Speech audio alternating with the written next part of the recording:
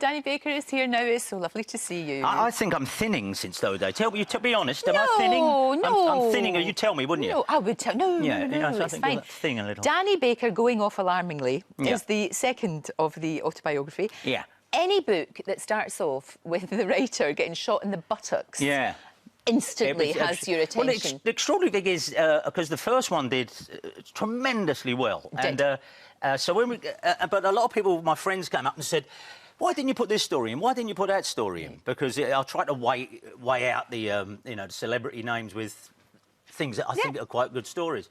And the one thing they all said is, "You never put in when you got shot." I thought, "Oh no, I didn't." Twice, by the way, in one night. And so I thought, well, when it comes to this one, I won't feel the need to move the narrative onwards. I just want to entertain people and say, look, if this story doesn't particularly resolve or have any great message, I just want you to read this and by the end of it feel a lot better. But by the way, I did actually get shot, so let's go back a little bit. And it does go backwards and forwards and backwards and forwards. So, yes, it does start. But you were fine, and it wasn't... I was fine. Well, I presented a big target to her. It's not quite as dramatic as it sounds, and there's probably not time enough here, but yes, I did get shot twice in one night. Yes. Once of them, as you quite rightly say, in my adequate rump. And in those days, your friends thought that an amusing thing, to be shot in the buttocks by a passerby. Well, it's terrible, isn't it? Because you would get sympathy if it'd been anywhere else in your body. Don't. Not when you're coming down a certain road in London late at night. And it wasn't a like gun, but it wasn't an air rifle either.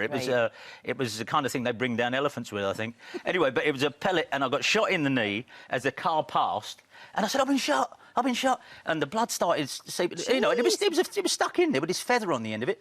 So your mates, because it was very late at night, all come over, "Oi, Baker's been shot, quick." And I had, but I didn't notice the car that did it had hit a roundabout. And as it was coming up the other side of the road, I was doing this.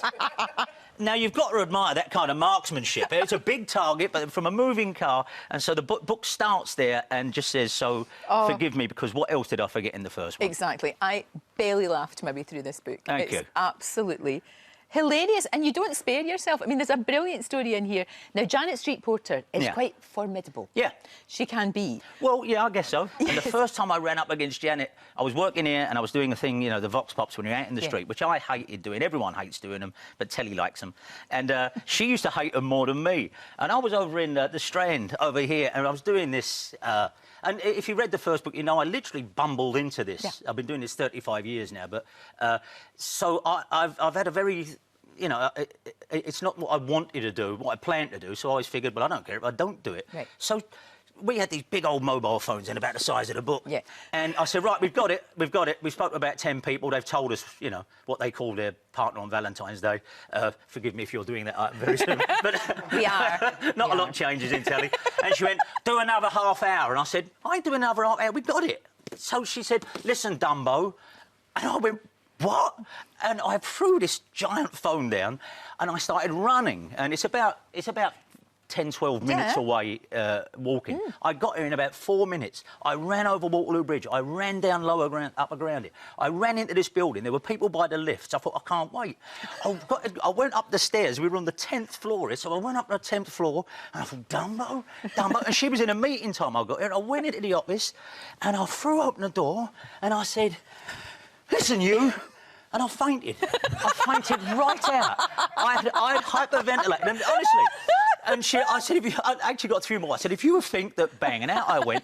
And I came round and Janet's there. But she said, what's the matter with you? And she gave me water. She took me to St Thomas's Hospital, where they put a drip in and said, you've hyperventilated. You must. And she thought it was great. And we never had another crossword. Excellent. And as I said, I've never been someone who kind of moans in the corridors. No. But that's good. But yes, Janet and I, and we've been fine after that. We understand each other perfectly. I'm glad to hear it. I love listening to you on the radio because, and also, you know, in the book, I must say, it's like you are talking to me. Thank you. Do you know what I mean? It's like you, there's a lot and it's the of same in the radio though, because it has to be that. Well, there's a lot of things that, you know, a lot of books out. You can always tell when they're not written by the person who. But I've been a writer a long time. People might not know it, but I've been a writer a very long time. You've written for everybody. Yeah, I know. You have everybody. And the funny thing is, I mean, people only know me probably and quite rightly from selling Daz.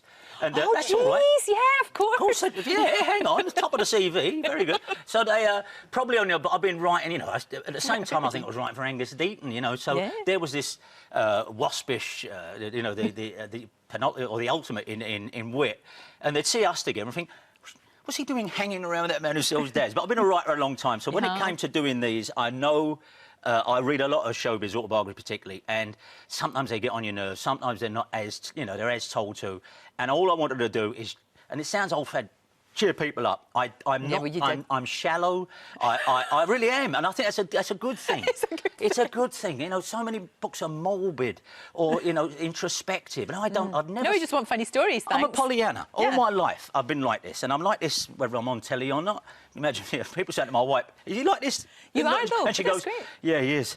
Anyway, but I could never sit on the edge of the bed and stare at my shoes. So when it came to writing, I just thought, what kind of books do I like? The ones that go. So if you look at the books and there's stories, you know, about John Lennon, Michael Jackson, Bob Dylan, Frankie Howard, Kenneth Williams, but they've got to earn their place in the book as much as a story of my mates, and certainly my dad, who comes out of it. Your dad's amazing. Well, we're doing the TV version of them next year. I'm so glad you're doing that, because that actually would work brilliant. Who's going to play your dad? Well, I do know, and I'll tell you, you'll be the first to know. Okay. But we've got an extraordinary piece of casting if it comes off. But it's my old man is the star of it.